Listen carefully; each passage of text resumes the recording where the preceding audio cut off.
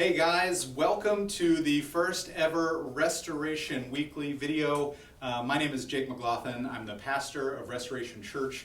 One of the reasons that we created this, one of the reasons I wanted to move to this was because oftentimes, whenever we're doing our online worship, people are really there to hear the music, to hear the Word of God through Scripture, to hear the message. And oftentimes we have a lot of things happening outside of that online worship service that I want to be able to share with you, because we are a church that worships virtually, but we are also a church that does things like life groups, that finds ways to serve the community, that seeks out ways to be in the life of kids and students in our community as well. And so I want to make sure that each week I'm providing you all with the resources that might be helpful for you so that you can live out your faith the way that God is calling you to it. So this will be a recap in some ways about things that are happening. It'll also allow me sometimes the opportunity to maybe dig in a little bit deeper. I have my notes here, and so I am going to be following these notes. So if I mess up, I am so sorry. But really, friends, this is just an opportunity for me to talk to you about the life of the church and talk about ways that we can be aligned so that we can live out our vision of being a Christ-centered church that welcomes all people. So, this is the first edition. One of the first things I want to talk about is this Sunday's online worship service. We talked about how Jesus noticed, how Jesus paid close attention to people and places around him. We started this new sermon series that we're calling Jesus Mindset, where we're looking at different practices and attitudes that Jesus had that can impact our lives.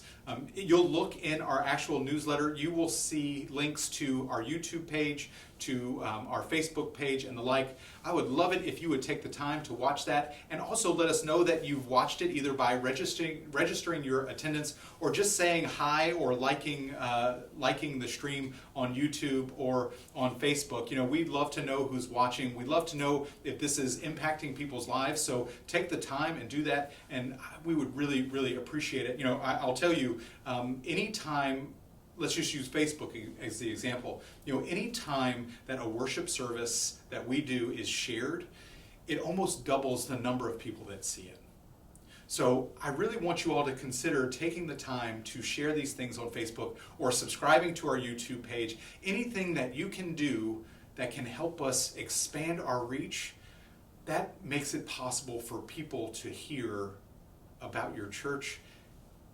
It gives people the opportunity and the possibility of hearing how God might be moving in their lives. So take a look at those. We'd love for you to be seeing those and digging into those as well.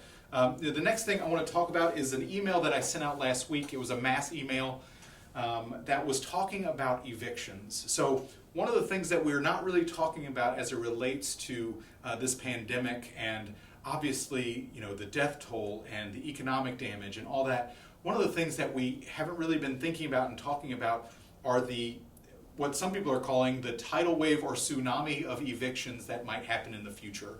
Well, we work with an organization called Virginians Organized for Interfaith Community Engagement, VOICE for short, and they are working on a campaign to get the governor of Virginia to take some of the money that they are receiving from the federal government to use to help renters and landlords in this time. You know, this is very, very important work right now because the people who are struggling the most are people who might be losing their homes. And currently there is a moratorium on evictions, but it's possible at some point that may change. And so what we really want to do as a collective voice of faith is to say, Governor, there are people who are really going to hurt from this. There are going to be many people that are going to be homeless. There are going to be landlords that can't pay their mortgage. There are going to be people who can't put food on their tables. Let's work together. Let's find a way to help people through this very, very difficult situation.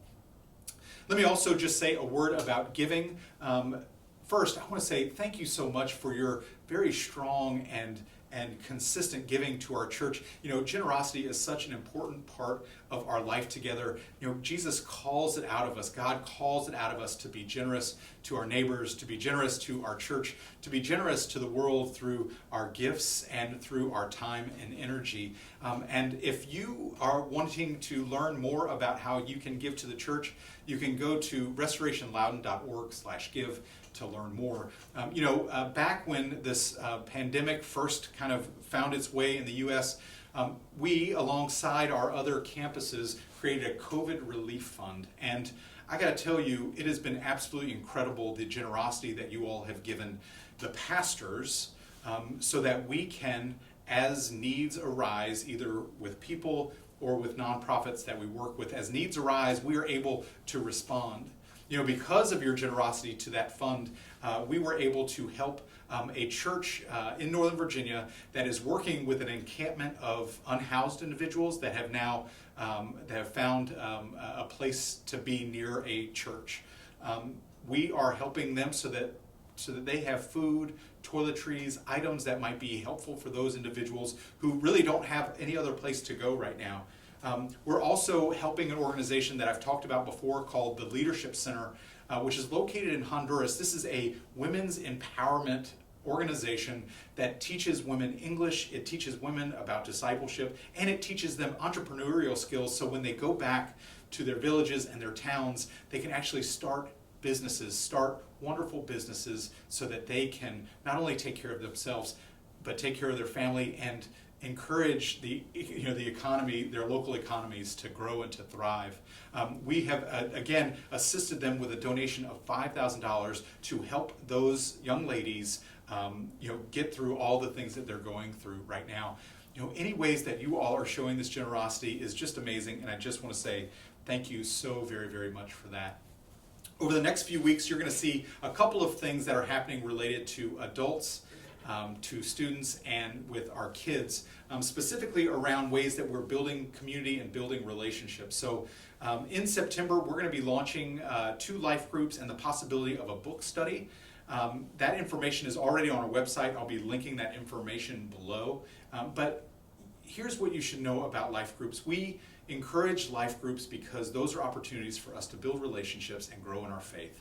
It's like killing 2 birds with 1 stone. I mean, anytime that we can gather together, be in conversation, build relationships, hear a word of prayer or a word of scripture, it can have a really awesome impact on our lives. And so we would strongly encourage you all to join a life group, to be a part of those. The ones we do on Wednesday night, we just call them the Wednesday night check-in. That's for anybody. You can come anytime. We also have a Tuesday morning women's group. And like I said, I'm thinking about starting a book study sometime in the fall, probably something around issues of social justice, like Brian Stevens' book, Just Mercy, which was made into a movie recently.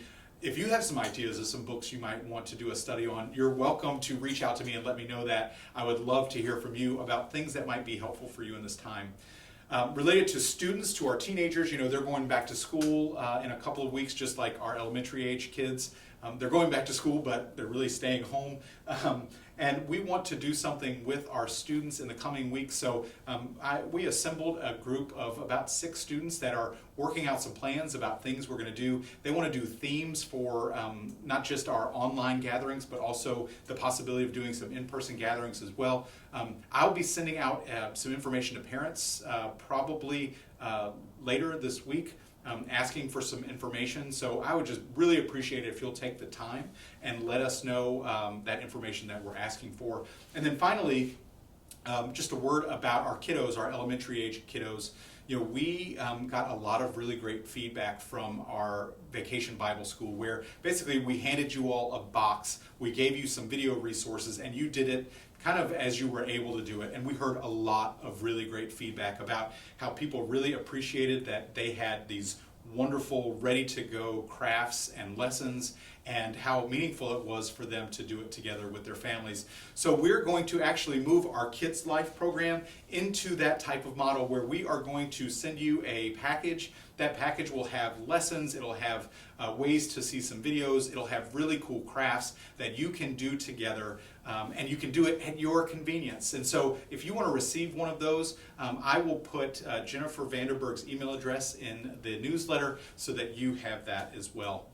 those are all the things I wanted to share with you this week. We have some other really exciting things happening in the next month, specifically some in-person gatherings that we're calling Restoration Church Outside. And I got to tell you, friends, I'm really excited to share those with you in the days and weeks to come. If there are any ways that I can be of support or our staff can be of support to you in this time, whether that's through prayer, through a visit, a socially distant visit, or a walk together, just let me know. I would love to know how you're doing and be in relationship with you in that way.